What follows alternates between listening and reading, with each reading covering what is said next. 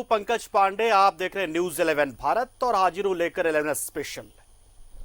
हम तो डूबेंगे सनम, तुमको भी ले डूबेंगे। कोरोना में जिस तरह से संक्रमण बढ़ा है उसके पीछे अगर इस तरह की बातों को हम कहें तो इसमें कोई अतिशयोक्ति नहीं होगी, कोई गलत नहीं होगा, क्योंकि ये संक्रमण है और संक्रमण एक एक करके ही आगे बढ़ता है और एक से दूसरे में फैलता है। व्यवस्थाएं अपनी जगह तो है, व्यवस्थाएं चरमरा जाती है वो अपनी जगह है, लेकिन कहीं ना कहीं हम भी जिम्मेदार हैं।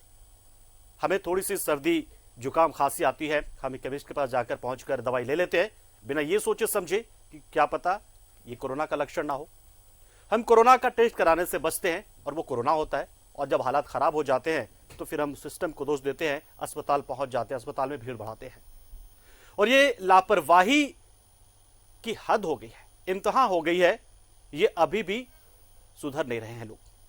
हर जगह से तस्वीर ऐसी आ रही है, झारखंड में कोरोना के मामले में तेजी से इजाफा हो रहा है, लेकिन लापरवाही का आलम भी अभी भी थमने का नाम नहीं ले रहा है। सूबे के कई जगहों से ऐसी तस्वीरें हमारे पास आ रही हैं जहां लोग कोविड नियमों को ताक पर रखकर बेपरवाह घूम रहे हैं। वे शायद ये नहीं समझ रहे कि लापरवाही कितनी भारी पड़ सकती है, और कहें पड़ क्या सकती, पड़ ही रही है, क्योंकि जिम्मेदार खुद हम हैं। हमने कभी भी गंभीरता से इस बीमारी को लिया नहीं, और यही वजह कि आज हम दूसरी लहर की चपेट में। एक रिपोर्ट आपको दिखाते हैं, तस्वीरों को दिखाते हैं जो राज्य के अलग अलग हिस्सों से हमारे पास पहुंची है। लेकिन अब स्थिति थोड़ी सी बदल रही है, क्योंकि प्रशासन थोड़ा अब सख्त हुआ है। रिपोर्ट देखिए।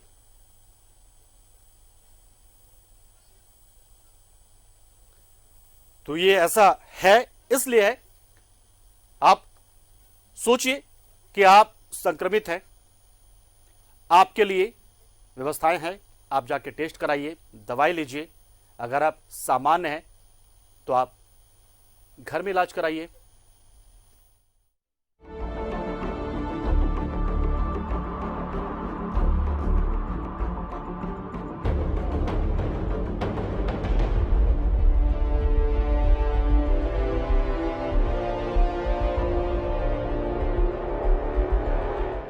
कोरोना के बढ़ते संक्रमण ने प्रशासन के हाथ पैर फुला रखे हैं। तमाम कोशिशों के बाद भी संक्रमण की दर में कमी नहीं आ पाने की वजह से अब प्रशासन ने सख्ती दिखानी शुरू कर दी है, जिसके पीछे वजह है जीवन और जीविका साथ चलने को लेकर दी गई छूटों का बेजा फायदा उठाना। लिहाजा अब अपील और जागरूकता से आगे बढ़ते हुए चेतावनी और कार्रवाई का सिलसिला शुरू कर दिया गया है, जिसकी झलक राज्य के कई हिस्सों में देखने को मिली। हम आपको राज्य के अलग अलग हिस्सों से आई तस्वीरों से रूबरू कराते हैं। यह तस्वीर महागामा की है, जहां अनुमंडल पदाधिकारी जितेंद्र कुमार देव के नेतृत्व में सघन जांच अभियान चलाया गया। कई दुकानों को नियमों का उल्लंघन करने पर सील किया गया, तो बेवजह घूमते कई लोगों से जुर्माना वसूला गया। बिना मास्क और बिना हेलमेट वालों पर सख्त कार्रवाई की गई। मधुपुर में एसडीओ योगेंद्र प्रसाद की अगुवाई में कई दुकानदारों से जुर्माना वसूला गया। मास्क को लेकर भी चेकिंग अभियान चलाया गया। जमशेदपुर के साक्षी बाजार में न्यूज 11 भारत की खबर का असर देखने को मिला, जहां हमने बैक रोड से दुकानदारी जारी रखने की खबरें दिखाई थी, जिसके बाद पुलिस प्रशासन ने छापा मारा और ऐसे दुकानदारों और ग्राहकों पर लाठियां भाजी और चेतावनी भी दी। मनोहरपुर में सुहानी इलेक्ट्रॉनिक को सील किया गया। कई दूसरी दुकानों पर भी कार्रवाई करते हुए जुर्माना लगाया गया, जो स्वास्थ्य सुरक्षा सप्ताह के नियमों का पालन नहीं कर रहे थे। मधुपुर से आई तस्वीर बेहद चिंताजनक है, जहां तमाम चेतावनियों के बावजूद लोग लॉकडाउन का उल्लंघन करते दिखे। यहाँ आवश्यक ही नहीं, सामान्य दुकानें भी खुले नजर आई। देवघर के जसीडी मार्केट में किसी तरह का एहतियात बरतने के संकेत नजर नहीं आ रहे थे। मार्केट खुले थे, लोग घरों में आम दिनों की तरह निकलते दिख रहे थे। न्यूज 11 भारत ने सवाल उठाया तो प्रशासन हरकत में आ गया। बालूमाथ में भी कई लापरवाही की तस्वीरें सामने आई, जहां नियमों का उल्लंघन करने वालों दुकानदारों के ऊपर प्रशासन ने कड़ी कार्रवाई की। कई दुकानों को सील किया गया और कईयों से जुर्माना भी वसूला गया। पलामू में हुसैनाबाद पुलिस ने पैदल मार्च कर दुकानदारों को कोविड के दिशा निर्देशों का पालन करने को लेकर जागरूक किया। दुकानदारों को ग्राहकों की कम भीड़ लगाने की हिदायत दी। सभी लोगों से सामाजिक दूरी का पालन करने और मास्क पहनने को कहा गया। सरायकेला में स्वास्थ्य सुरक्षा सप्ताह के दौरान लोगों की बेपरवाही दिखी। चंद पैसों के लिए बस और टेम्पो संचालक सरकारी गाइडलाइन की धज्जियां उड़ाते नजर आए। इन तस्वीरों ने चिंता बढ़ा दी है। वहीं कई जगहों से हिम्मत बढ़ाने वाली भी खबरें हैं। सरायकेला खरसावां उपायुक्त अरवा राजकमल ने जिला वासियों से कोविड जंग में टीका लेने की अपील की है। उन्होंने कहा कि हर व्यक्ति की जिम्मेदारी से ही इस जंग को जीता जा सकता है। दर्जनों और सैकड़ों उदाहरण हमारे सामने हैं, जिसमें परिवार के सभी व्यक्ति बीमार पड़ गए, लेकिन जो व्यक्ति वैक्सीन लिया है उनको बीमार नहीं आ रहा है, या बीमारी होने के बाद भी उनको अत्यंत कम समय में वो ठीक हो रहे हैं बिना कोई ऑक्सीजन की आवश्यकता। तो इसीलिए सभी को मैं अनुरोध कर रहा हूँ, वैक्सीन ही एक बड़ा उपाय है। वहीं सिमडेगा में कोरोना संक्रमण के साथ बढ़ती मौत ने प्रशासन की चिंता बढ़ा दी है। इसे देखते हुए प्रशासन ने संक्रमण से स्वस्थ हुए लोगों से कोविड मरीजों के लिए प्लाज्मा डोनेट करने को कहा है। प्लाज्मा का डोनेशन हो अधिक से अधिक। जो पहले हमारे बहुत सारे लोग जो अभी कोविड से लड़ के जीत चुके हैं, 14 दिन से अधिक हो चुका है उनके कोरोना को हराए हुए, और उनकी अगर एंटीबॉडीज उनके अंदर लड़ने की क्षमता वाले जो शक्ति है वो अगर उस 4 से अधिक होती है तो फिर उनको प्लाज्मा डोनेशन का जो हम लोग कहते हैं महादान का एक अवसर मिलेगा और वो लोगों की सेवा कर सकते हैं। कोरोना के खिलाफ युद्ध में सभी को अपनी अपनी जवाबदारी समझनी होगी। सरकारी दिशा निर्देशों का पालन करने से कोरोना को हराया जा सकता है, क्योंकि ये समझने की बात है कि आपकी लापरवाही आप पर, आपके स्वजन पर और पूरे शहर के नागरिकों पर भारी पड़ सकती है। Bureau report, news 11। याद होगा आपको, न्यूज़ 11 भारत बार बार आप तमाम दर्शकों से अपील कर रहा था, झारखंड वासियों से अपील कर रहा था कि ये एक ऐसी बीमारी है जो संक्रमण वाली बीमारी है। तो ऐसे में यही सबसे बेहतर होगा कि अगर आप बेवजह घर से निकल रहे हैं तो तमाम नियमों का पालन करके निकले, अन्यथा आपको तो निकलने की जरूरत भी नहीं है। बेवजह घर से निकलने की जरूरत आखिर क्या थी? और देखिए, आप घर से बेवजह निकले और देखिए कोरोना ने कैसे तमाम लोगों को अपनी चपेट में ले लिया। और ये बार बार ये अपील न्यूज़ 11 भारत ने की है, हर प्लेटफॉर्म से की है, लाइव भी की है और अपने तमाम सोशल मीडिया प्लेटफॉर्म उनके जरिए भी किए, लेकिन लोग माने नहीं। और देखिए आज हम किस हालत में पहुंच गए हैं, जहां लोग त्राहिमाम कर रहे हैं, अस्पताल पहुंचते हैं, गड़गड़ाते हैं, कराह लेते हैं, लेकिन चीजें उन्हें नहीं मिलती। क्यों? क्योंकि बहुत बड़ी संख्या में लोग अस्पताल पहुंच रहे हैं, क्योंकि संक्रमण का आंकड़ा बहुत बढ़ गया है। ऐसा शायद ही कोई घर होगा या कोई परिवार होगा जिसमें कोई ना कोई शख्स इस कोरोना की चपेट में नहीं आया होगा। कुछ लोगों ने इसे झेल लिया, जिन्होंने उन तमाम नियमों का पालन किया, जो एसओपी है उसका पालन किया, और कुछ लोग ऐसे थे जिन्होंने इसे नकार दिया और सीधे अस्पताल पहुंचे।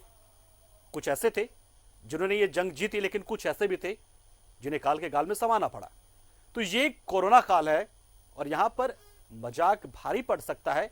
आप अभी भी, जब सरकार की ओर से स्वास्थ्य सुरक्षा सप्ताह चलाया जा रहा है, लागू किया गया है, लेकिन अभी भी आप मानने को तैयार नहीं है। अभी भी आप किसी न किसी बहाने घर से निकल आते हैं और ये वजह जो है संक्रमण की सबसे बड़ी वजह बन रहा है। आप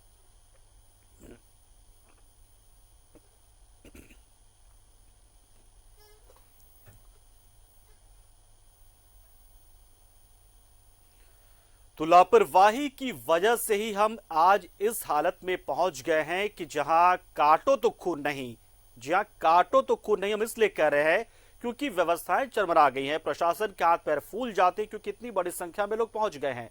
आगे सरकार करे तो क्या करे?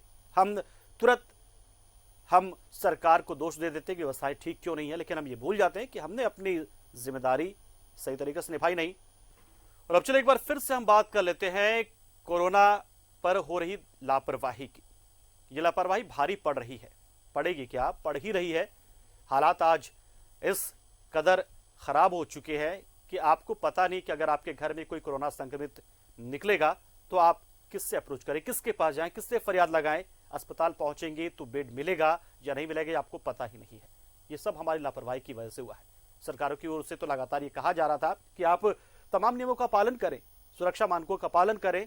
एसओपीज जारी किए गए थे कि मास्क लगाइए, सामाजिक दूरी का पालन कीजिए, हैंड सैनिटाइज कीजिए, हाथ धोते रहें, लेकिन शायद हम भूल गए थे। हमारी आदतों में शुमार हो गया था 2020 में, लेकिन स्थिति थोड़ी सी बदली और फिर से हम सामान्य हो गया। ऐसा लगा कि सब कुछ ठीक हो चुका है, कोरोना जा चुका है, अब कोरोना की लहर आएगी नहीं। लेकिन अब देखिए दूसरी लहर तो आ चुकी है, तीसरी लहर की बात भी होने लगी है।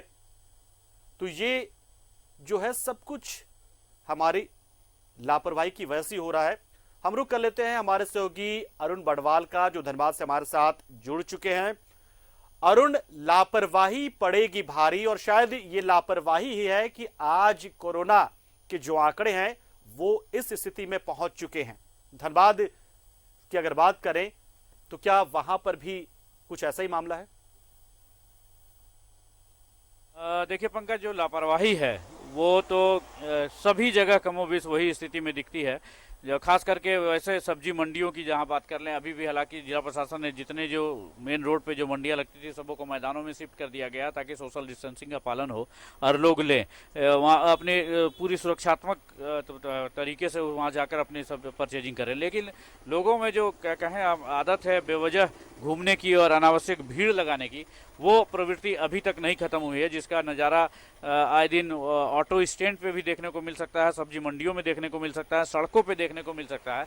तो लोग समझ नहीं रहे हैं कि ये कितना खतरनाक स्ट्रेन है। हालांकि एक बड़ा तबका इस बात को लेकर काफ़ी भयभीत है और वो नहीं निकलना चाह रहा है घर से, लेकिन ऐसे लोग जो अनावश्यक रूप से सड़कों पर घूमते हैं वो देखे जा सकते हैं जो इस संक्रमण के वाहक हो सकते हैं, जिसके कारण पूरा सोसाइटी जो है वो खतरे में पड़ सकती है। तो कह सकते हैं धनबाद में भी बहुत कुछ ऐसी ही कमोबेश स्थिति है। जिला प्रशासन ने पूरी अपनी तैयारी कर रखी है, हर एक चौक चौराहे पर फोर्स की डिपुटेशन है ताकि वो इस बात को देखें कि एक साथ जो सरकार का जो एसओपी है, गाइडलाइन है, जो 5 लोगों से अधिक एक जगह नहीं एकत्रित होना है, वैसा कहीं कोई स्थिति ना उत्पन्न हो, इसके पूरी बारीकी से नज़र रखी जा रही है। लेकिन फिर भी लोग मानते नहीं हैं, कोई ना कोई बहाना करके, चूंकि ऑटो चल रहे हैं, जो परिवहन है वो चल रहे हैं, तो वैसी स्थिति में इसको कंट्रोल करना बहुत ही मुश्किल हो पाता है और लोग अनावश्यक ही सड़कों पर घूमते रहते हैं, जो इस संक्रमण का बहुत बड़े वाहक हैं। जी। और देवघर से मनीष भी हमारे साथ जुड़ गए हैं। मनीष के पास भी एक बार हम रुख कर लेते पहले, उसके बाद तमाम सहयोगी जो हमारे साथ जुड़ गए उनसे हम हालात पर जानेंगे जानकारी कि राज्य के किस हिस्से में कैसे हालात है। मनीष, देवघर में लापरवाही का आलम क्या है? क्या लोग थोड़े सजग हैं या फिर पूरी तरह से बेपरवाह नजर आ रहे हैं स्वास्थ्य सुरक्षा सप्ताह के बावजूद?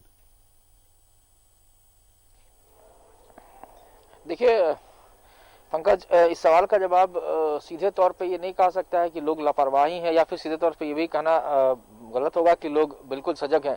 कुछ हिस्सा ऐसा है पॉपुलेशन के लोग हैं, जो लोग समझदार हैं, जो चौकस है, जो जागरूक है, वो जरूर घरों से नहीं निकल रहे हैं। लेकिन कुछ लोग ऐसे हैं जो बाजार में जा रहे हैं बेवजह। आज की घटना बता दें, और दुकानदार की भी कहीं ना कहीं लापरवाही है। आज एसडीएम खुद निकल करके टावर चौक, जो सबसे जो शहर का हॉट है, वहां पहुंचे थे। उसके बाद वो मंदिर का पूरा इलाका है, चारों तरफ गलियां हैं जहां दुकानें हैं हर तरह की। आज सब्जी वाले, फल की दुकानें खुली हुई थी, कपड़े की दुकानें खुली हुई थी, भीड़ वैसे ही था जैसे आम दिनों पर लगता है। तो निश्चित तौर पर जो तस्वीरें देखने को मिली, और उसके बाद लगातार उन्होंने समझाया भी और 1-2 थप्पड़ भी उन्होंने मारनी पड़ी, सख्ती बरतनी पड़ी, क्योंकि लोग नहीं समझ रहे थे। उन्होंने कहा भी कि प्यार से समझाने का वक्त चला गया, बहुत प्यार से समझाया गया, लेकिन लगता है कि प्यार से नहीं समझेंगे।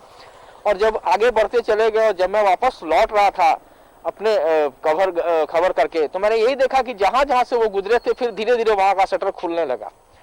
तो ये बता रहा है कि कुछ ऐसे मुट्ठी भर लोग हैं जो लापरवाही कर रहे हैं, जिसकी सजा बाकी लोगों को मिल रही है और मिलेगी ही। तो ये है। दूसरा किस्सा वो है जो खुद कुछ लोग अपने आप को घर में पूरी तरह से कैद कर लिए हैं। शहर सन्नाटा आपको दिखाई देगा। दिन में भी, दोपहर में भी लगता है ऐसे कि जेठ बैसाख का जो दिन होता है लुक्कड़ वाला, वैसा नजारा दिखता है। तो कुछ बहुत से ऐसे लोग हैं जो घर में चले गए हैं, लेकिन कुछ लोग ऐसे हैं जो घर में बाहर निकल रहे। तीसरा एक तबका वो है जिसको इस बात की जानकारी नहीं है कि नियंत्रण कक्ष खोले गए हैं, हेल्पलाइन खोले गए हैं, न्यायिक प्राधिकार की ओर से वॉर रूम खोला गया है जहां हर तरह की हेल्प दी जा रही है। उन्हें पता नहीं है, उनके घर के कोई सदस्य, चाहे वो बुजुर्ग हो या कोई यंग हो, वो खुद निकल करके अभी भी अस्पताल जा रहे हैं जांच कराने के लिए, दवा लेने के लिए। उनमें बहुत सारे सिम्टम पहले से आ रहा है। उनका परिवार भी, मैं ऐसे परिवार को जानता हूं जिनसे मेरी बात भी हुई। जब मैंने उनसे पूछा कि कंट्रोल रूम में आपने फोन क्यों नहीं किया, उन्होंने कहा कि मुझे इस बात की कोई जानकारी नहीं है, वार रूम है, उन्हें कोई जानकारी नहीं है। इसका मतलब ये हुआ कि जिला प्रशासन सारी ताकत लगा रही है, काफी कवायद कर रही है, लेकिन जो प्रचार जिस तरीके से होना चाहिए था वो नहीं हुआ। बहुत पहले भी हमने इस बात को कहा था कि वार्ड पार्षद जो भी हैं, अगर वो ऐसे लोग होते हैं जिनके पास उनके मोहल्ले में थोड़ी सी भी यहाँ उधर कुछ भी होती है, किसी भी तरह की कोई घटनाएं होती है, सबसे पहले उन्हें पता चलता है। यानी कोई भी चीज पॉजिटिव या नेगेटिव कुछ भी हो तो उन्हें जरूर जानकारी मिलती है। तो ऐसे लोगों को जरूर तैयार करना चाहिए उनको, और उनके यहाँ सूचना केंद्र होना चाहिए। उनके यहाँ मेडिकल किट, सरकार ने मेडिकल किट दिया है, देखो जिला प्रशासन मेडिकल किट बना रखी है, कुछ बांटा भी जा रहा है। लेकिन ऐसे भी लोग हैं जिन्हें कुछ नहीं पता है, जो भटक रहे हैं दवाओं के लिए, जो भटक रहे हैं जांच कराने के लिए। तो ये कहीं ना कहीं एक बड़ी लापरवाही है, और इस फ्रंट पे कहीं ना कहीं हम फेल हो रहे हैं। हम सारी बातें कह रहे हैं, हम सारे दावे कर रहे हैं, हम सीधे तौर पर नहीं कह सकते हैं कि लोग लापरवाह है। कुछ लोग हैं जो लापरवाह की श्रेणी में आएंगे, जैसे वे लोग जो जहां पे चिन्हित किया गया है बाजार, जहां पे दुकानें लगानी है वहां नहीं लगा करके टावर चौक से अलग अलग जो आजाद बाजार है, जो चौक है, उसमें कपड़े की दुकान खोल के रखे थे, ज्वेलरी की दुकान खुला हुआ था। तो ऐसे लोग जरूर कहीं ना कहीं लापरवाही कर रहे हैं पंकज। इस फ्रंट पे जरूर कहीं ना कहीं गलती हो रही है, जिसका खमियाजा हमें भुगतना होगा।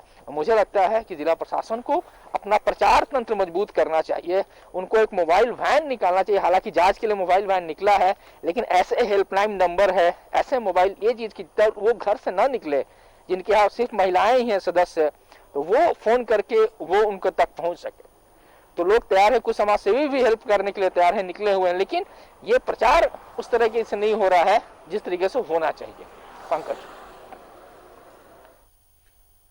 बिल्कुल मनीष, एक बहुत ही महत्वपूर्ण बात आपने यहाँ पर बताई और कहा कि शायद एक वैकल्पिक व्यवस्था ये हो सकती थी कि वार्ड जो पार्षद हैं उनके पास कोई व्यवस्था होती तो उन्हें जानकारी होती अपने वार्ड की, और छोटे स्तर पर ही, निचले स्तर पर ही उन चीजों को दुरुस्त किया जा सकता था। अगर किसी को होम आइसोलेशन में रहना है तो उनके लिए व्यवस्था हो सकती थी। अगर किसी को बेड दिलाना होता तो वार्ड परिषद के जरिए उसे दिलाया जा सकता था। निश्चित तौर पर बिल्कुल सही बात कही आपने कि ये व्यवस्थाएं अगर होती, और कहीं ना कहीं हम भी मैं यहाँ पे माफिया मांगना चाहता हूं कुछ दर्शकों से कि शायद न्यूज 11 भारत लगातार लोगों को जागरूक करता रहा है। शायद हमारी खबर को आप उस वक्त देख नहीं पाए होंगे जब हमने भी आपको बताया था कि आपसे जुड़ी तमाम व्यवस्थाएं हैं, या शायद हम बता पाने में या समझा पाने में लोगों को थोड़े नाकाम रह गए होंगे। माफी मैं भी चाहता हूं, न्यूजीलैंड भारत भी चाहता है, जबकि आपको हमने बताया था, तमाम दर्शकों को लगातार हम बताते रहे कि किस तरीके से सरकार को इस व्यवस्था की गई है। आप उस नंबर पर फोन करें, आप उससे कोरोना किट ले सकते हैं उसके जरिए, और घर पर होम आइसोलेट रह के भी आप अपना इलाज करा सकते हैं। तो थोड़े से क्षमा प्रार्थी हम हैं न्यूज 11 भी, अगर हमसे कहीं चूक हुई। हालांकि हम लगातार कोशिश कर रहे हैं और पूरी कोशिश कर रहे हैं कि कोरोना से जुड़े हर पहलू को आप तक पहुंचाएं। कमियां हैं तो सरकार तक पहुंचे, जानकारियां हैं जनता तक पहुंचे, तमाम चीजें कहते हैं। अब आप अरुण जी के पास एक बार फिर से हम रुख करते हैं। अरुण जी हमारे साथ धनबाद से जुड़ रहे हैं।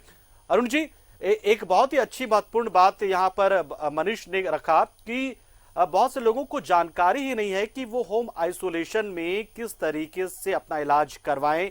क्या आप धनबाद में भी ऐसी स्थिति या फिर धनबाद का जिला प्रशासन लोगों को जागरूक कर पाने में सफल रहा है? देखिए पंकज, इस मामले में धनबाद जिला प्रशासन ने थोड़ी बेहतर काम की है, और इसका जो अपना सरकार की जो सुरक्षा ऐप के अलावे एक हिम्मत ऐप का जो डेवलप किया है यहाँ पे, जो बहुत एडवांस है, और जिसके कारण लोग, चूँकि अब हर एक तबके के पास स्मार्टफोन है और वो हर एक लोग इंटरनेट से पूरी तरह मोबाइल से जुड़े हुए हैं, तो ये हिम्मत ऐप के माध्यम से आप होम आइसोलेशन में आप किस तरह रह सकते हैं, क्या क्राइटेरिया है, किस तरह की आपको सुविधा दी जा सकती है, कैसे आप इसके लिए योग्य ठहराए जा सकते हैं, सब कुछ क्राइटेरिया उसमें दिया हुआ है। तो लोग इस बात से अवगत हैं कि होम आइसोलेशन में अगर हमको रहना है और उसके योग्य हैं, क्योंकि यहाँ सबसे बड़ा एक क्राइटेरिया 45 साल से नीचे का है। अगर आप 45 साल से नीचे का है तभी आपको होम आइसोलेशन के लिए स्वीकृति मिलेगी जिला प्रशासन से। अदरवाइज आपको अगर आप कोविड पॉजिटिव हुए हैं तो आपको अस्पतालों में या निजी अस्पतालों में जाना ही पड़ेगा। तो ये यहाँ की बात करें तो धनबाद में थोड़े इसको लेकर अवेयरनेस अधिक है होम आइसोलेशन को लेकर, और लोग इसका लाभ भी उठा रहे हैं। जी चलिए, बहुत बहुत शुक्रिया अरुण, हमारे साथ जुड़े आपका बहुत बहुत शुक्रिया। आपने पूरी जानकारी दी और बताया कि धनबाद में स्थिति कमोबेश थोड़ी ठीक है और वहां का जिला प्रशासन बहुत ही मुस्तैदी के साथ इन चीजों में लगा हुआ। बहुत बहुत शुक्रिया अरुण मनवाल जी। तो अरुण मनवाल हमारे साथ जुड़े तो बताया कि धनबाद जिला प्रशासन थोड़ी सजगता के साथ, थोड़ी तत्परता के साथ आम लोगों तक पहुंच रहा है। सरकार का अपना ऐप तो है ही, लेकिन साथ ही साथ जिला स्तर पर भी कई नई व्यवस्थाएं, अहम व्यवस्थाएं की गई है, जिसका फायदा वहां के लोगों को मिल रहा है।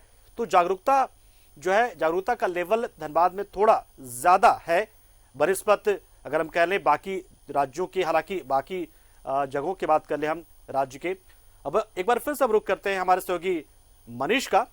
मनीष, क्या देवघर में भी जिला प्रशासन की ओर से जिला स्तर पर कुछ व्यवस्था अलग से की गई है ताकि लोग जागरूक हो सके, लोगों को व्यवस्थाएं मिल सके, या फिर जो राज्य स्तर पर यानी कि राजधानी रांची से हेमंत सरकार की ओर से जो व्यवस्था की गई उसी पर आश्रित है जिला प्रशासन? देखिए, जिला प्रशासन खुद ब खुद अपने भी जो चीजें हैं, जो मुश्किलें आई उस पर चुनौतियां आई उनका सामना किया। जैसे मसलन यहाँ पर कोई ऑक्सीजन प्लांट नहीं है, यहाँ एक पुराना प्लांट है जो ऑक्सीजन रिफिलिंग का काम करता है। 80 के दशक में प्लांट में ऑक्सीजन जरूर प्रोडक्शन होता था, लेकिन अब वो सिर्फ रिफिलिंग का, और वो भी जर्जर अवस्था में, खंडहर। मुझे लगा कि शायद वो, जब मैं रिपोर्टिंग करने गया तो मुझे लगा कि वो एक किसी कागज पे, सरकारी कागज पे वो प्लांट चल रहा है। तो जब से जिला प्रशासन वहां तक पहुंची, अपनी पहुंच बढ़ाई, सबसे पहले उसको अधिग्रहित किया, यानी कि उसके संचालन को अपने हाथों में लिया, और वहां रिफिलिंग का जो दर था, रेट था, उसे तेज किया। नंबर 1। नंबर 2 की वहां कर्मियों की कमी थी, चूंकि वो पेपर पे चलता था प्लांट, तो वहां पे अपने कर्मी भेज करके वहां पे रिफिलिंग का रेट बढ़ाया गया। दूसरी चीज, ऑक्सीजन बढ़ने के बाद सिलेंडर की सबसे बड़ी कमी हुई, तो सिलेंडर कमी को दूर करने के लिए सदर अनुमंडल पदाधिकारी, जो कि खुद उसके लिए प्रयुक्त है, और अपने खुद तैनात होकर उन्होंने दूसरे ही दिन जितने भी शहर भर में जो फैब्रिकेशन के जो यूनिट थे, यानी जहां पर वैसे जगह, गराज, फैब्रिकेशन, जहां पर ऑक्सीजन सिलेंडर का इस्तेमाल होता है, उनको उन्होंने अधिग्रहित कर लिया। और फिर उसके बाद हॉस्पिटल में से भरा हुआ सिलेंडर और खाली सिलेंडर को रिफिल करने के जो रेट है, फ्रीक्वेंसी है, उसको उन्होंने बढ़ाई। तो इससे जो एक समस्या खड़ी हो रही थी कि गैस होते हुए भी सिलेंडर नहीं था, तो गैस सिलेंडर की कमी पे उन्होंने जीत हासिल कर ली। लेकिन रेगुलेटर एक सबसे बड़ी समस्या यहाँ पर होकर के आ रही है, जिसके ऊपर अभी तक कोई सोल्यूशन नहीं निकल पाया है। दूसरी और सबसे बड़ी बात है कि जो कोविड अस्पताल है, जिन्हें कोविड अस्पताल के रूप में चिन्हित किया गया, वहां वेंटिलेटर ऑपरेटर की कमी आज भी खल रही है, वो एक नहीं हो पा रहा है। हालांकि देवघर जिला प्रशासन कंट्रोल रूम कई जगह बना है, समरालय में कंट्रोल रूम बना हुआ है, विधिक सेवा प्राधिकार का वार रूम बना हुआ है। इसके अलावा कांग्रेस पार्टी भी अपनी एक हेल्पलाइन जो जिला कार्यालय है वहां भी चलाया जा रहा है, और वहां भी लगभग 200 से 250 लोगों को वहां से सहायता मिली है निश्चित तौर पे। और अब मेडिकल किट भी यहाँ आ गया है, उसका भी वितरण हो रहा है।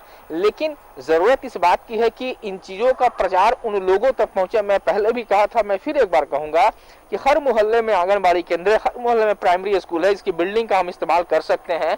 वार्ड पार्षद जो है, हालांकि वार्ड पार्षद यहाँ उनका पावर खत्म हो चुका है, लेकिन फिर से वैसे लोगों को एक्टिवेट करके वहां पर एक पॉइंट किया जा सकता है, सो दैट कि उस मोहल्ले में अगर कोई बीमार है तो उनको बहुत दूर जाना नहीं पड़ेगा, उनका कोई भी सदस्य जाकर के वहां से मेडिकल किट ले सकता है या किसी भी तरह की सहायता ले सकता है। तो ये जरूरी है। हालांकि देखो, जिला प्रशासन, चूंकि यहाँ चुनाव था, एक सबसे बड़ी चुनौती थी चुनाव कराना, चुनाव के बाद फिर मतगणना, तो अब लेकिन खत्म हो चुका है। और यही वजह है कि जो जिला प्रशासन के अधिकारी थे, तमाम जो पुलिस पर्सनल थे, अब पूरी तरह से कोरोना पे ही लग गए हैं, जिसका आज नतीजा देखने को मिला कि सदर अनुमंडल खुद अपने टीम के साथ निकले थे, जिसका कवर भी न्यूजीलैंड भारत ने किया था। तो वो एक बहुत जरूरी था, एक संदेश देना था। कल उन्होंने ऑलरेडी एक बार घूम करके सबको चेतावनी दे दी थी, बावजूद इसके लोग दिखाई दिए थे, बिल्कुल शक्ति दिखाई। धीरे-धीरे आज जिला प्रशासन ने किया है, लौटने लगे हैं, धीरे-धीरे से ही व्यवस्थाएं मजबूत होने लगी है, और धीरे-धीरे से ही हम जागरूक भी होने लगे हैं। और यही सी की जरूरत सबसे ज्यादा थी, जिसको शुरुआत में अगर हम कर लेते तो शायद आज ये दिन नहीं देखना पड़ता, ये नौबत नहीं आती। बहुत बहुत शुक्रिया मनीष साहब, हमारे साथ जुड़े और पूरी जानकारी आपने देवघर जिले से जुड़ी हुई बताई, और किस तरीके से यहाँ पर जिला प्रशासन की ओर से बहुत तेजी से काम किया जा रहा, तमाम व्यवस्थाएं की जा रही है। चुनाव था पिछले दिनों और इसीलिए शायद व्यवस्थाओं में कुछ कमी रह गई थी, लेकिन अब बहुत तेजी से व्यवस्थाओं को ठीक किया जा रहा है, दुरुस्त किया जा रहा है। लेकिन साथ ही साथ आम लोगों को भी जागरूक होना पड़ेगा। जो लापरवाही आप बरत रहे हैं, वो लापरवाही पर लगाम लगानी होगी।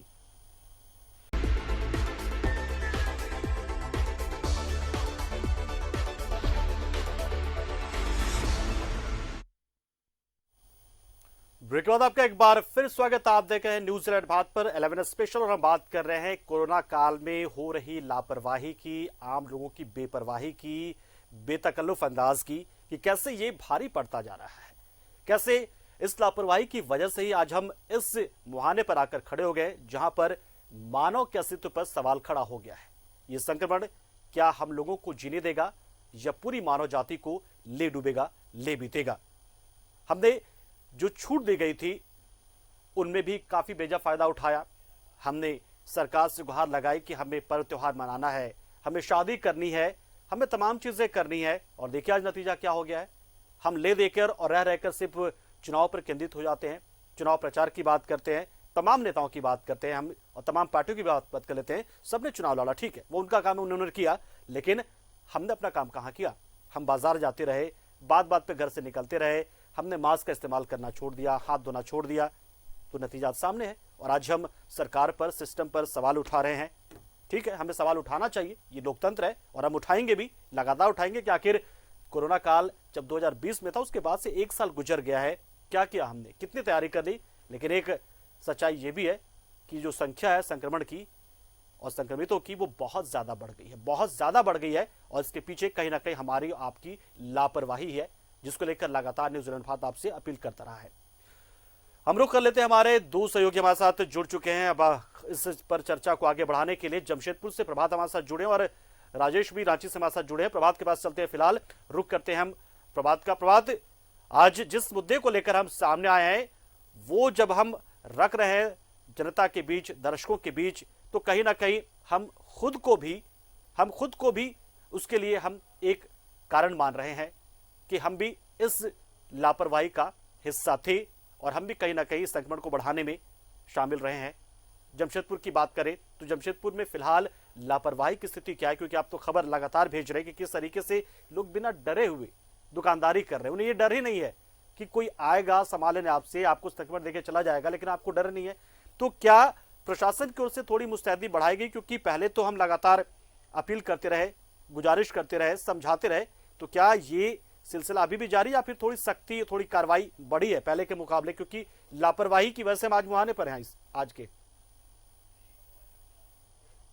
बिल्कुल पंकज, देखिए ये हमारी ही लापरवाही है, जो आम लोगों की ही लापरवाही है, जो आज हम ये स्थिति में पहुंच गए कि संक्रमण का काल इतना भयावह हो गया है कि लोग सुनते ही डर जाते हैं। चाहे वो संक्रमण व्यक्ति की अगर संख्या में बात करें या फिर मौत के आंकड़े की बात करें, तो निश्चित है कि ये आम लोग, जो हम और आप जैसे लोग जो बाहर में तफरीफ करते हैं, जो लोग सरकार का जो नियम है, जो गाइडलाइन है, उसे नहीं पालन करते हुए आज ये स्थिति उत्पन्न हो गई। आपने सही कहा कि 2020 का जो कोरोना काल था और 2021 के कोरोना काल में बहुत अंतर है। 2020 के कोरोना काल में लोग पॉजिटिव होते थे और अंदर से मजबूत इतने रहते थे कि वो स्वस्थ होकर आते थे। कि आज की स्थिति ऐसी बन गई है पंकज कि लोग अगर एक बार थोड़ी सी सीरियस हो जाते हैं तो वो हॉस्पिटल से दोबारा अपने घर नहीं पहुंच पाता, नहीं उसकी मौत हो जाती है। तो ऐसे में कहीं ना कहीं आम आदमी ही सबसे बड़ा जिम्मेवार है। सरकार अपनी तरफ से हर प्रयास कर रही है, हालांकि सरकार को जैसे लोग दोष देते हैं, सरकारी तंत्र भी जिस तरीके से एक साल के दरमियान थोड़ी मुस्तैद करनी चाहिए थी, वो कहीं ना कहीं कमजोरी रहा। लेकिन अब अगर हम कहें तो राज्य के जो मुख्यमंत्री हेमंत सोरेन जिस तरीके से अपने खुद को कमान लिए हुए स्वास्थ्य विभाग का और हर दिन का हर क्षेत्र में हर चीज की मॉनिटरिंग कर रहे हैं, तो सरकार अपनी तरफ से प्रयास कर रहा है। लेकिन हमको और आपको समझना है, जो आम आदमी है उसे समझना है कि किस तरीके से हमें इससे बचना है। देखिए सब उपाय बताए गए, दवा तो अपने पास है ही नहीं, वैक्सीनेशन है, वैक्सीनेशन की क्या स्थिति आप भी देख रहे हैं, पूरे देश में देखा जा रहा है कि क्या स्थिति है। इसका दवा एक ही है, ये जो हम पहन के रखे हैं मास्क, ये अगर आप पहन के रखेंगे तो निश्चित है आप इससे बच पाएंगे। और जो हर दिन जो सरकार का गाइडलाइन है, चाहे हम लोग हर दिन लोगों से अपील करते हैं कि लोग कम घर से ना निकले, जरूरी है तभी घर से निकले। लेकिन आज भी अगर हम पूर्वी सिंहभूम की हालात पर चर्चा करें पंकज, तो आज भी स्थिति वही बनी हुई है। जिस तरीके से कल हमने एक खबर भेजी थी कि सांची का बाजार है, जहां दुकानदार पीछे के दरवाजे से दुकान खोल रहे हैं और जो कस्टमर है, चाहे जो ग्राहक है, वो भी कहीं ना कहीं लापरवाही बरत रहा है, क्योंकि दुकानदार को भी नहीं पता कि जो ग्राहक आ रहा है उसे है या नहीं, या ग्राहक को नहीं पता है कि दुकानदार को कोविड है या नहीं। तो कहीं ना कहीं ये बांटने में ये दुकानदार या जो आम आदमी है वो भी कहीं ना कहीं इसमें सहभागी बन रहे हैं और इसी का खामियाजा है जो जमशेदपुर और पूर्वी सिंहभूम भोग रहा है। आज हालांकि जिला प्रशासन के द्वारा थोड़ी सख्ती दिखाई गई, जो दुकानदार खोले गए थे उसे उनके द्वारा दुकानों में जाकर उनके फटकार लगाई गई और कई ऐसे लोगों को लाठियां भी चटकाई गई जो लोग बेवजह बाजारों में घूम रहे। क्योंकि मैं इसलिए बता रहा हूं पंकज कि मैंने जब कवरेज करने के लिए कल गया था बाजार के अंदर, तो लोग, बाजारें बंद है लेकिन आप बाजार में लोग के आना आवाजाही देखेंगे तो समझा जा सकता है कहीं ना कहीं कोई दाल में काला है। अब वो दाल में काला था और उसके चलते आज जिला प्रशासन ने थोड़ी कड़ाई बरती है। लेकिन ये हमें और आपको समझना, आम आदमी को समझना है कि यह बीमारी को हम अपना घर लेके जाएंगे तो निश्चित है कि आने वाले दिनों में और खतरनाक है। जैसे विशेषज्ञ बता रहे हैं कि ये जो तीसरा वेव है बहुत ही खतरनाक है, जो कर्नाटक में देखा जा रहा है, ऐसे ये भी जो कोविड का जो दूसरा स्ट्रेन है वो भी कहीं ना कहीं लोगों को परेशान कर रहा है और लोग इससे परेशान हो भी रहे हैं। और काफी जल्दी अगर हॉस्पिटल पहुंच जाते हैं, सही समय में पहुंच जाते हैं, तो हो सकता है कि उनकी जाने बच जाए। लेकिन ये जो तीसरा वेव है वो जान बचने के लायक भी नहीं छोड़ रहा। इसलिए लोगों को अभी भी सतर्कता बरतनी चाहिए ताकि लोग अपने आप को सेफ